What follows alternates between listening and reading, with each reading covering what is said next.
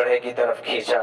رسول اللہ صلی اللہ علیہ وسلم میں اس کو کھینچ رہا تھا, وہ پیچھے کی طرف جا رہی تھی.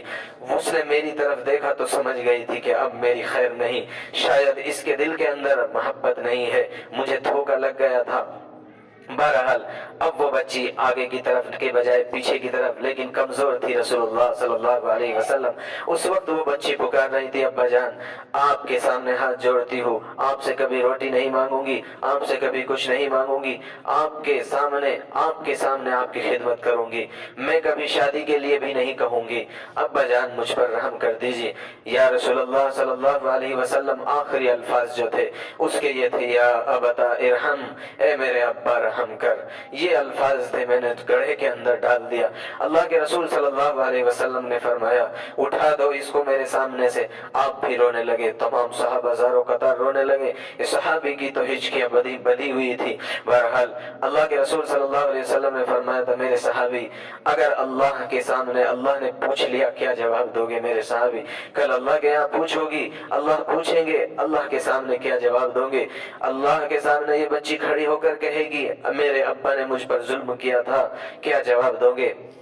اللہ کے رسول صلی اللہ علیہ وسلم اسی لیے تو آیا ہوں, آپ بتا دیجئے مجھے کیا کرنا ہے. اللہ کے رسول صلی اللہ علیہ وسلم نے بہت دیر کے بعد اب جب صحابی کو اس کے بعد تسلی دی اور آپ نے ارشاد فرمایا تھا, الاسلام تہدم ما کان قبلہ, اسلام کے پہلے کے سب گناہوں کو معاف کر دیتا ہے. لیکن میرے بھائی, میرے دوستوں, میرے بزرگوں, یہ تو بات تھی ان صحابہ کے لیے, ان ہمارے محسنین کے لیے کہ جو اسلام میں نہیں آئے تھے تب یہ گناہ ہوا تھا, تب یہ غلطی ہوئی تھی. میرا اور آپ کا کیا ہو, اس وقت کے ایمان والے کا کیا ہو کہ جو ایمان میں رہنے کے بعد 60 اور 50 اور 20 اور 30 سال ایمان میں زندگی گزارنے کے بعد بھی جس کا حال یہ ہو کہ وہ عزل چاہتا ہو, وہ یہ چاہتا ہو میں نہیں چاہتا بچہ, میں نہیں چاہتی بچی, لہٰذا وہ کوششیں کر رہے ہوں کہ نہیں بچہ نہ ہو. بہرحال 4 مہینے سے پہلے کے بارے میں مسئلہ یہ ہے کہ ضرورت اگر ہے تو ٹھیک ہے, پھر کسی نہ کسی درجے میں اس کی گنجائش ہو سکتی ہے, لیکن بغیر کسی ضرورت کے صرف اس خوف سے کیسے ہم اس کو پالیں گے, کیسے ہم ان کی پڑھائی کا انتظام کریں گے, تو یہ تو ظاہری طور پر اپنے اوپر ظلم ہے. یہ تو ایمان والے کی شان کے خلاف ہے.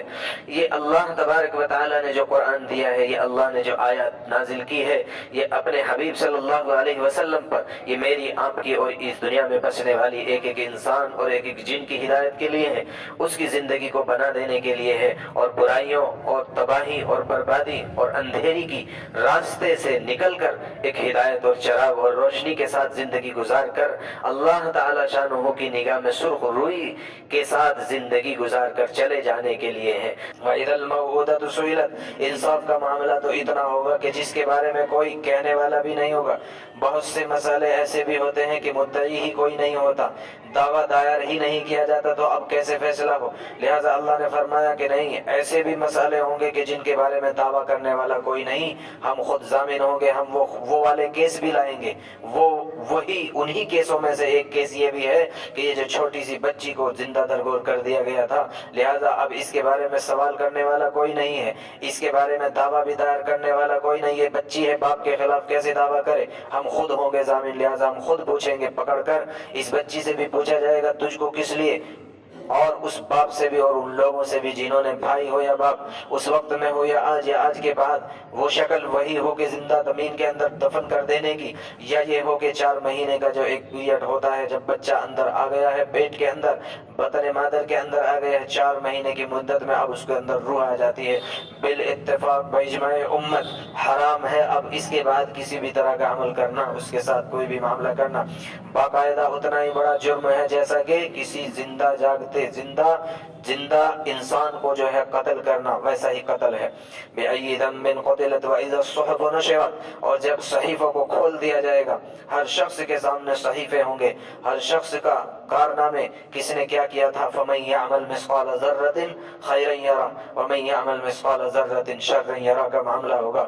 وَإِذَا السَّمَاءُ كُشِطَتْ, آسمان کا معاملہ, آسمان پہ جو یہ نیلی چادر نظر آ رہی ہے, یہ سب کا سب رنگ ہٹ جائے گا, آسمان ایسا ہو جائے گا. سورہ رحمان کے اندر اللہ نے فرمایا تلچھٹ کی طرح, تیل کی جو تلچھٹ ہوتی ہے ویسے ہی یہ آئے گا نظر. بہرحال وَإِذَا الْجَحِيمُ سُعِّرَتْ، اور یہ ساری کی ساری چیزیں بھی بے نور کر کے جو ہے ڈال دی جائے گی جہنم کے اندر، پانی کے اندر. وَإِذَا الْجَحِيمُ سُعِّرَتْ، اب جہنم کو جو ہے بھڑکا دیا جائے گا. وَإِذَا الْجَنَّةُ أُزْلِفَتْ، اور جنت کو قریب کر دیا جائے گا. اب انسان جو ہے افسوس کرے گا اپنے کارناموں کو دیکھ کر، اپنے اعمال کو دیکھ کر، چونکہ حالات سامنے ہوں گے، فیصلے ہو رہے ہوں گے. روایت تو آ گئی تھی، برابر ہوں گے کسی شخص کے گناہ اور نیکیاں، تو لہٰذا اس سے کہا جائے گا بس ایک نیکی کا معاملہ ہے، ایک لے آؤ. تمہارے پاس 50 نیکی 50 بدیاں ہیں، ایک لے آؤ تمہارا کام بن جائے گا. بہت خوش ہوگا دل میں، ایک کا ہی تو مسئلہ ہے، لے آتا ہوں کسی سے مانگ کر. جائے گا بھائی کے پاس، جائے گا چچا کے پاس، رشتہ داروں کے پاس، باپ کے پاس، ایک ایک کر کے بیوی کے پاس، بیوی شوہر کے پاس، آخر میں ماں کے بھی پاس جائے گا. لیکن بہرحال ہر طرف سے جو ہے صرف شرمندگی کے سوا کچھ نہیں ہوگا، آئے گا. لہٰذا یہ وقت ہے اللہ تبارک و تعالیٰ نے جو دیا ہے، یہ آیتوں کو رکھ کر، یہ قرآن کو رکھ کر اپنی زندگی کے بارے میں بہت بہتر فیصلہ کرنے کا وقت ہے.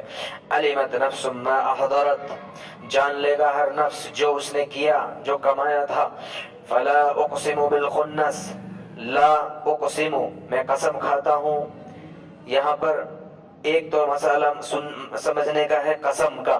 قسم کیا ہوتی ہے شریعت کی نظر میں؟ قسم کا کیا معاملہ ہے؟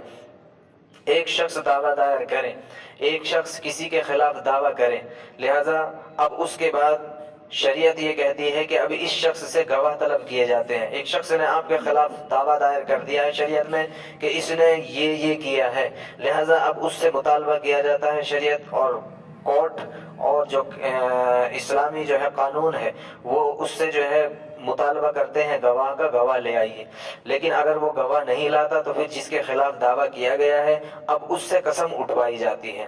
آپ قسم اٹھا لیجئے، آپ قسم اٹھا لیجئے اس بات پر کہ یہ جو کہہ رہا ہے، یعنی آپ نے جو عمل کیا ہے یا نہیں کیا ہے اس کی آپ قسم کے ذریعے سے تردید فرما دیجئے. تو بہرحال قسم کا جو معاملہ ہوتا ہے، قسم ایک طرح سے گواہوں کا بدل بن جاتی ہے. قسم گواہوں کا ایک طرح سے بدل ہوتی ہے. اللہ تبارک و تعالیٰ نے بھی قسم اٹھائی ہے. اللہ رب العزت نے گواہوں کی جگہ پر قسم اٹھا کر کے قسم کو گواہوں کی جگہ پر رکھا ہے.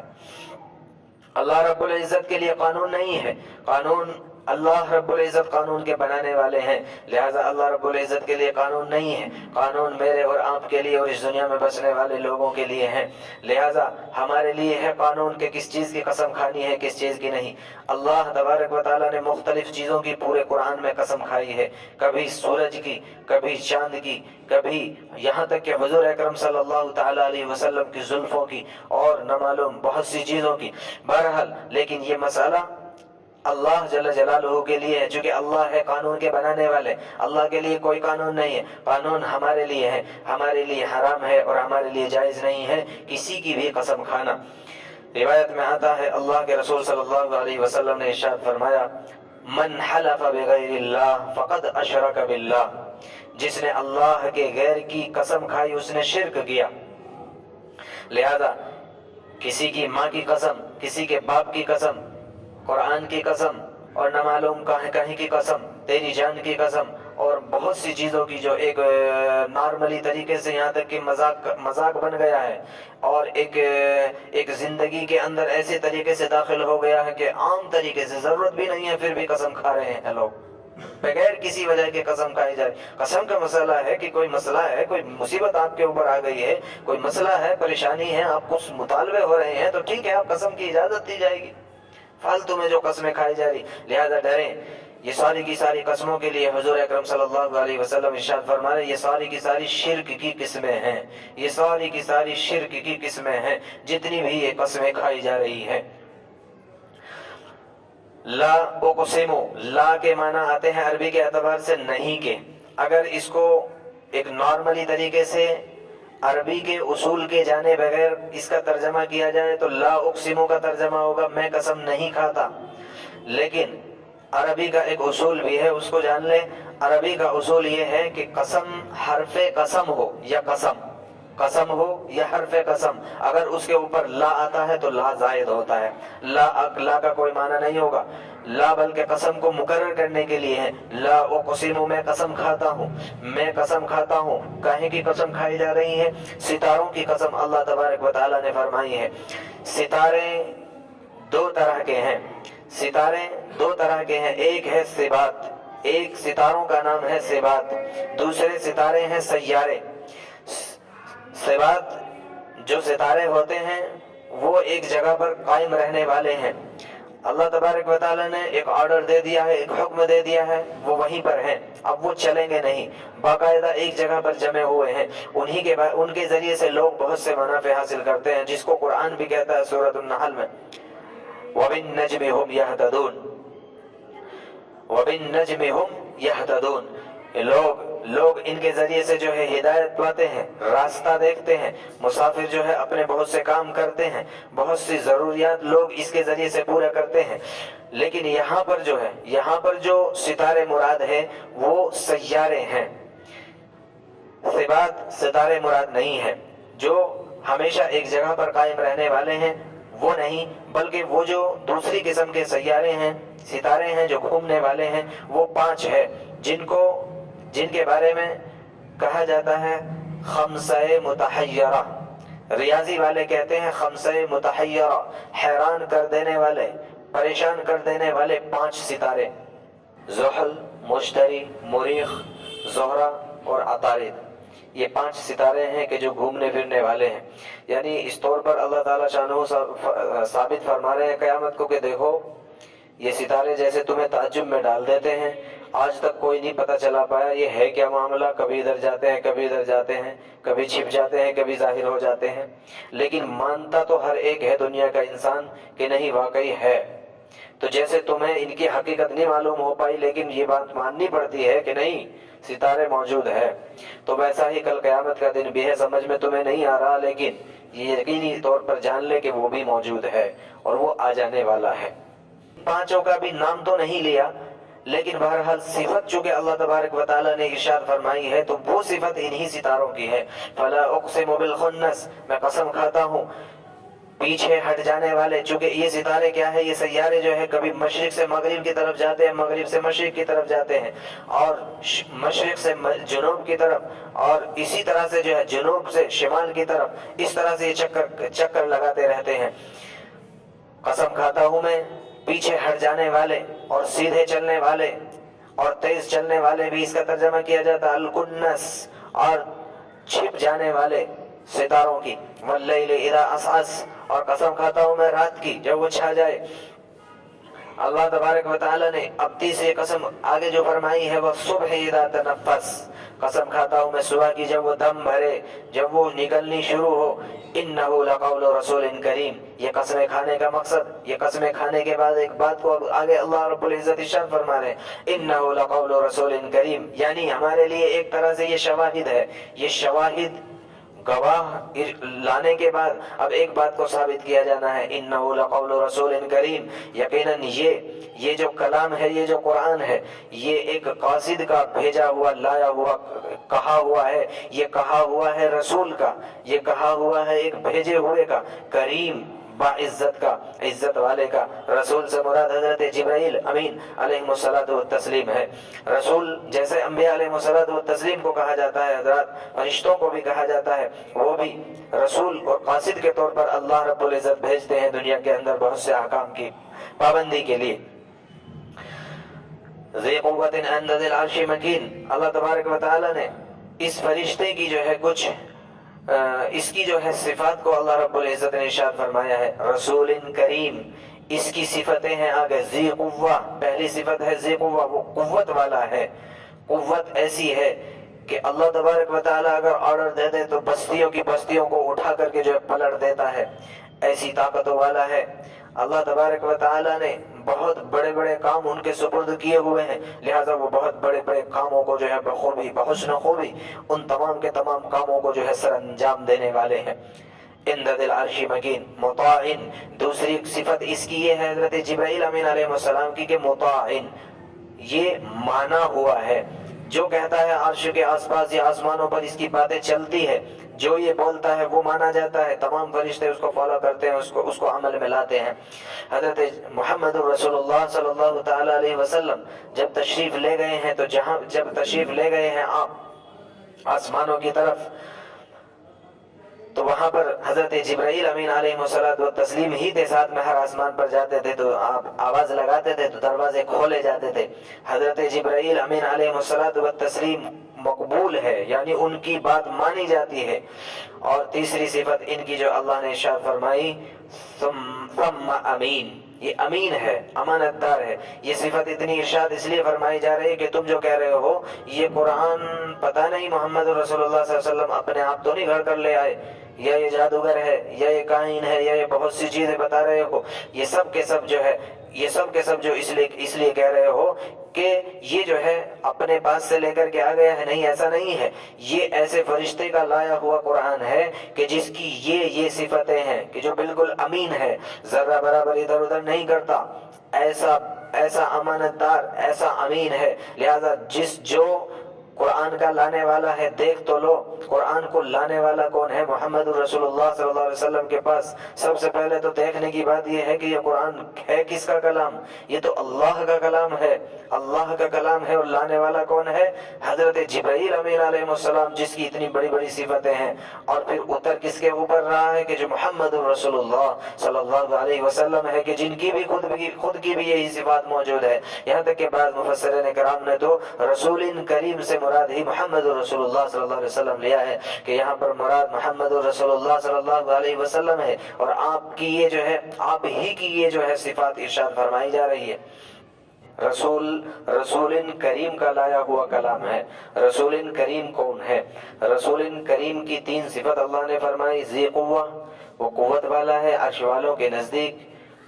مطاعن، اس کی بات مانی جاتی ہے، وہ امانت دار ہے۔ سوال یہاں پر زیادہ تر مفسرین کرام نے رسول کریم سے حضرت جبرائیل امین علیہ الصلوۃ والتسلیم مراد لیا ہے۔ ذی قوہ ارشاد فرما کر جواب دے دیا وہ بہت سے لوگوں کا کہ جو یوں اعتراض کر رہے تھے کہ ٹھیک ہے جبرائیل امین علیہ السلام ہی لائے ہیں، لیکن یہ بھی تو ہو سکتا ہے کہ آتے ہوئے راستے میں جنات مل گئے ہو، جنات نے اپنا غلبہ اس کے اوپر بیٹھا دیا ہو، اور اس کی باتوں کے ساتھ، یعنی وہ جو لے کر آ رہا تھا اس میں اپنی بھی خلط ملط کر دی ہو۔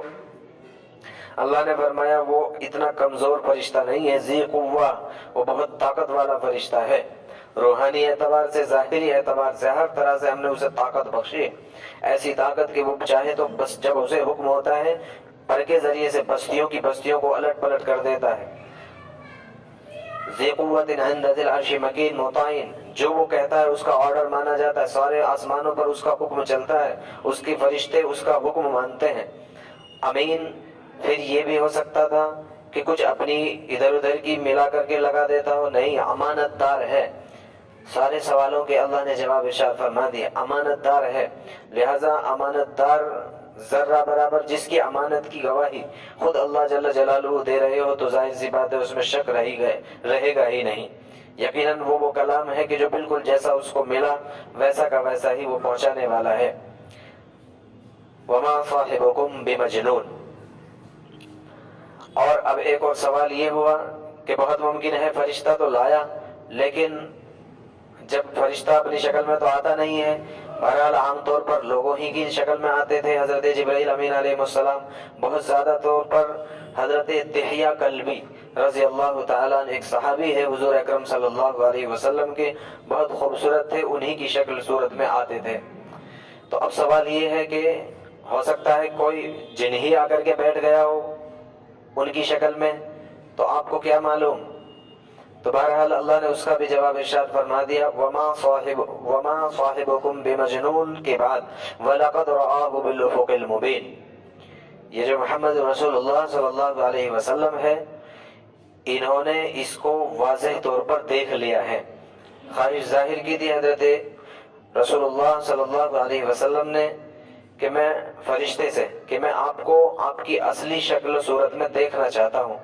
تو بہرحال حضرت جبرائیل امین علیہ الصلوۃ والتسلیم کو آپ کو دکھا دیا گیا تھا، جس کو افق مبین یہاں پر ارشاد فرمایا گیا ہے۔ معلوم یہ ہو رہا ہے کہ یہ جو سورہ ہے یہ آپ کے معراج کے لیے سفر سے پہلے کی آیت ہے، چونکہ اس میں تذکرہ ایک ہی مرتبہ دیکھنے کا ہے۔ سورۃ النجم کے اندر دونوں واقعے کو اللہ نے ارشاد فرمایا ہے کہ آپ نے حضرت جبرائیل امین علیہ السلام کو اس کی اصلی شکل میں 2 مرتبہ دیکھا۔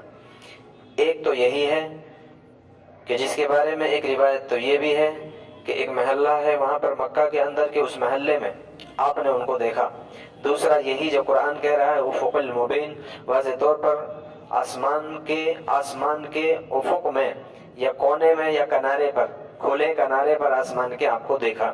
اور دوسرا واقعہ ہے معراج کی رات کو جب اللہ کے رسول صلی اللہ علیہ وسلم تشریف لے گئے ہیں عرش معلیٰ کے بالکل قریب، جہاں پر وہ بیری ہے، وہ درخت ہے، اسی کے قریب حضرت جبرائیل امین علیہ الصلوۃ والتسلیم کو آپ نے دیکھا ان کی اصلی شکل، جس کو آپ نے واضح طور پر حدیث مبارکہ کے اندر ارشاد بھی فرمایا آپ کے کہ حضرت جبرائیل امین علیہ السلام کے 600 پر ہیں، ایک افق اس کے پورے جو ہے خلا کو بھر دینے والا ہے۔ اب بیچ میں ایک جملہ ہے وما صاحبکم بمجنون۔ مکہ کے لوگ محمد صلی اللہ علیہ وسلم کو کاہن کہتے تھے، یہاں تک کہ اتنا مشہور ہوا، ہر ایک کی زبان پر مجنو تھا کہ محمد صلی اللہ علیہ وسلم مجنو ہے، آپ دیوانے ہیں۔ بچہ مکہ کا یہی ڈٹ بیٹھا، یہاں تک کہ اطراف اور دور کے لوگوں میں بھی مشہور ہو گئے کہ وہاں پر مکہ میں ایک شخص ہے، ایک نوجوان ہے کہ جو دیوانہ ہے۔ اللہ نے ارشاد فرمایا وما صاحبکم بمجنون۔ دیکھو مکہ والو یہ بات سن لو، محمد صلی اللہ علیہ وسلم دیوانے نہیں ہیں، مجنون نہیں ہیں۔ حضرت زمعات رضی اللہ تعالیٰ نے ایک صحابی ہے قبیلہ ازد کے، اپنا واقعہ تحریر فرماتے ہیں، بیان فرماتے ہیں، اپنا واقعہ بیان فرمایا ہے حضرت صحابی رسول علیہ السلام نے کہ میں کاہن تھا، بہرحال اپنے قبیلے کا وہ اطراف کے اعتبار سے بہت مشہور تھا، یہاں تک کہ مکہ سے باہر رہتا تھا، مکہ میں بھی اس کی شہرت تھی۔ لوگوں کو جب کسی کو کچھ ہو جاتا تھا، دیوانگی وغیرہ جو بھی معاملہ، تو بہرحال اس کے پاس جاتے تھے، وہ دم درود کرتا تھا اور اس کے بعد اللہ تعالیٰ بہرحال شفا بھی دیتے تھے۔ تو وہ خود چل کر کے آیا مکہ میں اور ملا محمد رسول اللہ صلی اللہ علیہ وسلم کے ساتھ، اور آ کر کے یوں کہا کہ محمد کیا آپ مجھے جانتے ہیں؟ میرا فلاں نام ہے، زماد میرا نام ہے، ازدی قبیلے سے ہوں۔ آپ فوراً سمجھ گئے کہ یہ وہی کاہن ہے جس کے بارے میں بہت شہرت ہے۔ اس کے بعد اس نے یہ کہا کہ دیکھو لوگ میرے پاس اپنا علاج کرانے آتے ہیں اور میں لوگوں سے فیس بھی لیتا ہوں، لیکن چونکہ مجھے جب یہ معلوم ہوا کہ بیت اللہ کے جو خادمین ہیں ان کے یہاں پر ان کی اولاد میں ایک محمد نامی ایک نوجوان ہے، وہ دیوانہ ہو گیا ہے، تو لہٰذا میں بغیر کسی فیس کے آپ کا علاج کرنے کے لیے آیا ہوں۔ آپ دیوانے ہیں، آپ کا علاج کر لیتے ہیں، آپ سے کوئی فیس بھی نہیں لوں گا۔ اللہ کے رسول صلی اللہ علیہ وسلم پر قربان، آپ مسکرائے اور آپ نے ان کی طرف دیکھا اور یہ کہا کہ بہت مبارک ہو آپ کا آنا، آپ نے میرے لیے اتنی تکلیف اٹھائی، لیکن بہرحال بات یہ ہے کہ میں مجنون نہیں ہوں، میں دیوانہ نہیں ہوں۔ کہ لوگ پھر کیوں کہتے ہیں؟ آپ نے ارشاد فرمایا کہ دیکھو لوگوں کی زبان پر میرا کنٹرول نہیں ہے، لوگ تو جو چاہے کہہ سکتے ہیں، تو پھر آپ کیا کہتے ہیں؟ اللہ کے رسول صلی اللہ علیہ وسلم نے خطبہ پڑھا اور اس کے بعد سورۃ الطارق آگے آ رہی ہے، آپ نے تلاوت شروع کی، آپ پڑھ رہے تھے، وہ رو رہا تھا، آپ پڑھتے گئے، وہ روتا گیا، چونکہ بہرحال عربی زبان کا جاننے والا تھا، بہت بڑا شاعر بھی تھا۔ آخر میں بہرحال اسلام قبول کر لیا، رضی اللہ عنہم ورضوا عنہ کے اندر داخل ہو گئے۔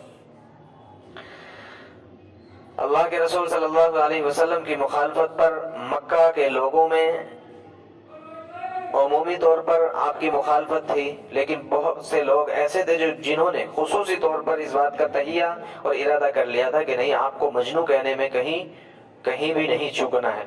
ابو جہل اور ابو لہب دونوں نے طے کر لیا تھا کہ ایسا کریں گے۔ ابو جہل نے کہا کہ دیکھو حج آ رہا ہے، ہر سال حج ہوا کرتا تھا، ویسے تو اس امت پر جو حج فرض ہوا ہے وہ 9 ہجری میں ہوا ہے، لیکن چونکہ حج تو اس سے بھی پہلے ہوتا آ رہا ہے حضرت ابراہیم علیہ السلام کے طریقے کے مطابق، اگرچہ طریقہ کچھ بدل گیا تھا۔ تو بہرحال لوگ جیسے ہی حج کے لیے آتے تھے تو ابو جہل کہتا ابو لہب کو کہ ایسا کرے، میری ڈیوٹی مینا میں ہے رہے گی اور تم جو ہے عرفات میں۔ جیسے ہی محمد صلی اللہ علیہ وسلم وہاں پر اعلان کریں گے، تبلیغ کریں گے، آپ کو فوراً اس کی بات کاٹنی ہے اور مجھے بھی کاٹنی ہے۔ تو بڑی خاموشی کے ساتھ میں آپ کی بات سنتے تھے دونوں۔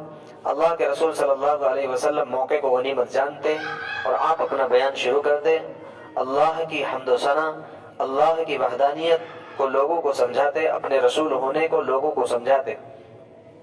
سنتا رہتا، آپ کی بات جیسے ہی ختم ہوتی تو فوراً ان میں سے جو بھی تو ہوتا، عرفات میں جس کی ڈیوٹی ہوتی یا میدان دوسری جگہ پر، بہرحال مینا میں یا عرفات میں جہاں بھی جو ہوتا، بہرحال وہ کھڑا ہوتا اور وہ یوں کہتا کہ دیکھو لوگوں، تم دھوکے میں نہ آنا، یہ جو نوجوان تھا یہ میرا بھتیجا ہے، میں اس کے نام کو بھی جانتا ہوں، اس کا نام محمد اور اس کے باپ کا نام عبداللہ ہے جو میرا بھائی تھا، یہ میرا بھتیجا ہے۔ نعوذ باللہ، وہ یہ کہتا کہ یہ کاذب ہے اور یہ ساحر ہے اور یہ دیوانہ ہے اور یہ مجنون ہے۔ اللہ تعالی شانہ نے اسی کو ارشاد فرمایا ہے وَمَا صَاحِبُكُمْ بِمَجْنُونَ، لہذا کلیئر کر لو، ایسا کچھ بھی نہیں ہے کہ محمد صلی اللہ علیہ وسلم مجنون بنے میں یہ باتیں کر رہے ہو، اس طرح کے الفاظ کہہ رہے ہو، ایسا نہیں ہے۔ وَلَقَدْ رَآهُ بِالْأُفُقِ الْمُبِينِ وَمَا هُوَ عَلَى الْغَيْبِ بِضَنِينٍ۔ اور دیکھو ایک اور بات اللہ نے آگے ارشاد فرمائی، کاہن ہوا کرتے تھے، کاہنوں کے پاس لوگ کچھ غیب کی باتیں پوچھنے کے لیے جاتے تھے، بہرحال ان کے اپنے مزاج کے مطابق یا ان کے اپنے خیالات اور عقائد کے خراب ہو جانے کی بنیاد پر، یا یہ کہ کسی نہ کسی درجے میں بہرحال ان کو کچھ خبریں مل جاتی تھی جنات کے ذریعے یا کسی بھی طرح سے، تو بہرحال جھوٹ یا سچ وہ لوگوں کو بتاتے رہتے تھے۔ 99% اس کے اندر جھوٹ ہوتا تھا۔ آج بھی بہت ساری چیزیں ہمارے سامنے ہیں، بہت سارے لوگوں کا تماشا ہمارے سامنے ہے، ذرا سی چیزوں کے اوپر لوگ جو ہے جاتے ہیں فلاں کے پاس، چلو فلاں بتا دے گا، فلاں بتا دے گا۔ شرکیہ اعمال ہے، بچا کریں، ہم سب بچا کریں۔ اگر کسی کا یہ عقیدہ ہو جائے کہ فلاں شخص غیب کا جاننے والا ہے، وہ ہمیں فلاں ہماری جو چیز گم ہو گئی ہے، ہماری جو نقصان ہو گیا ہے، یا ہمارا جو کل آنے والا ہے وہ کیسا ہوگا، ہمارا جو آنے والا سال ہے وہ کیسا ہوگا، ہمارے ساتھ کیا ہو جانے والا، ایسے عقائد بھی اگر ذرہ برابر کسی کے ہوں تو وہ شرک ہے۔ اللہ تعالی شانہ کے علاوہ کوئی نہیں جانتا ان تمام کی تمام باتوں کو۔ یہی ہے وہ بنیادی عقائد جن کو قرآن نے کہا ہے آمنو کما آمن الناس۔ ان میں صحابہ کرام 100% کلیئر تھے، یہاں تک کہ محمد رسول اللہ صلی اللہ علیہ وسلم کے بارے میں بھی ان کے خیالات اور عقائد یہی تھے کہ نہیں، اللہ کے رسول صلی اللہ علیہ وسلم بھی نرے رسول ہیں، صرف ایک رسول ہے، ایک نبی ہے، اور نبی کو جو کچھ بتا دیا جاتا ہے وہ اتنا ہی لوگوں کو بتا دیتا ہے۔ اطلاع علی الغیب تو کسی کو ہو سکتا ہے، صرف غیب، حقیقتاً غیب کا جاننے والا کوئی نہیں ہے اللہ جل جلالہ عما نوالہ کے علاوہ۔ تو بہرحال تم کاہنوں کے پاس جاتے ہو، وہ تم سے فیس بھی لیتے ہیں، پیسہ بھی لیتے ہیں، اور جھوٹ موٹ کی تمہیں باتیں سنا دیتے ہیں۔ محمد صلی اللہ علیہ وسلم وما هو علی الغیب بضنین، غیب کی باتوں پر آپ بالکل بھی جو ہے آپ جو ہے چھپانے والے نہیں ہیں۔ آپ کا معاملہ یہ نہیں ہے، آپ کو اللہ رب العزت جتنا کچھ بتاتا ہے بغیر آپ سے پیسہ لیے سب کچھ بتا رہے ہیں، وہ بالکل حقیقت بتا رہے ہیں، وہ بالکل سچ بتا رہے ہیں۔ جو غیب ہے، جو تمہارے لیے غیب ہے، چونکہ ان کو بتا دیا گیا، وہ لوگوں کو بتا رہے ہیں، اس کو بالکل بھی نہیں چھپا رہے ہیں۔ تو تم جو کاہنوں کے پاس جاتے ہو، وہاں پیسہ بھی دیتے ہو، جھوٹ بھی سنتے ہو، یہاں اگر تمہیں حقیقت بتائی جا رہی ہے، سچائی بتائی جا رہی ہے، بغیر کسی نفع کے، بغیر کسی لالچ کے، بغیر کسی پیسے کے بتائی جا رہی ہے، تو تمہیں کیوں اس کو قبول کرتے ہوئے ٹینشن اور پریشانی ہو رہی ہے؟ وما هو بقول شیطان الرجیم، اور یہ جو قول ہے اور یہ جو کہا ہوا ہے، یہ شیطان ملعون کی باتیں نہیں ہیں، یہ تو اللہ جل جلالہ کی باتیں ہیں، جس کو لے کر کے آنے والے ابھی بتا دیا گیا اوپر رسول حضرت جبرائیل امین علیہ الصلوۃ والتسلیم ہے، جس پر اتارا جا رہا وہ امام الانبیاء محمد الرسول اللہ صلی اللہ علیہ وسلم ہے، اور جو کلام ہے وہ اللہ کا کلام ہے، اس کے بارے میں کیوں شک میں پڑے ہو؟ فَأَيْنَ تَذْهَبُونَ، پھر کیوں تم ادھر ادھر کہاں چلے جا رہے ہو؟ کیوں اپنی زندگی کی بربادی کے پیچھے لگے ہو؟ ان هو الا ذکر للعالمین۔ اور ایک اور اہم بات اللہ نے آخر میں ارشاد فرما دی ہے، دیکھ لے، سن لے، ان هو الا ذکر للعالمین، یہ تو صرف نصیحتیں ہیں عالم والوں کے لیے، ساری دنیا کے لیے ہم نے نصیحت بنا کر بھیج دیا ہے، اب جس کا جی چاہتا ہے قبول کرے، لمن شاء منکم، جو تم میں سے چاہتا ہے ان یستقیم، کے سیدھی راہ لے، تو لہذا قبول کر لے۔ اور ایک اور بات سن لے، اگر کوئی شخص اس کشمکش میں ہو اور اس خوش فہمی میں رہ رہا ہو کہ نہیں میں جب چاہوں گا ادھر آ جاؤں گا، جب چاہوں گا اپنی زندگی کو سیدھے راستے پر لے آؤں گا، جب 50 سال کا ہو جاؤں گا، جب 60 سال کا ہو جاؤں گا، ایسا نہیں ہوگا۔ وَمَا تَشَاءُونَ إِلَّا أَن يَشَاءَ اللَّهُ رَبُّ الْعَالَمِينَ، جو کچھ بھی ہے نہیں چاہ سکتا کوئی بھی اللہ رب العالمین کے علاوہ، جو چاہتا رب العالمین ہے ہوتا وہی ہے، لہذا تمہارے چاہنے سے بھی کچھ نہیں ہوگا۔ لہذا تمہارا کام تو کوشش کرنا ہے جو محمد عربی صلی اللہ علیہ وسلم تمہیں پہنچا رہے ہیں، تمہیں بتا رہے ہیں، ان تمام کی تمام باتوں کے اوپر کان دھرنا ہے، ان تمام کی تمام باتوں کو دل سے قبول کر کے اپنی زندگی کے اندر لے آنا ہے۔ اللہ رب العزت عمل کی توفیق مرحمت فرمائے۔ سبحان اللہ وبحمدہ، سبحانک اللہم وبحمدک، ونشہد ان لا الہ الا انت، ونستغفرک ونتوب الیک۔ سبحان ربک رب العزت عما یصفون، وسلام علی المرسلین، والحمد للہ رب العالمین۔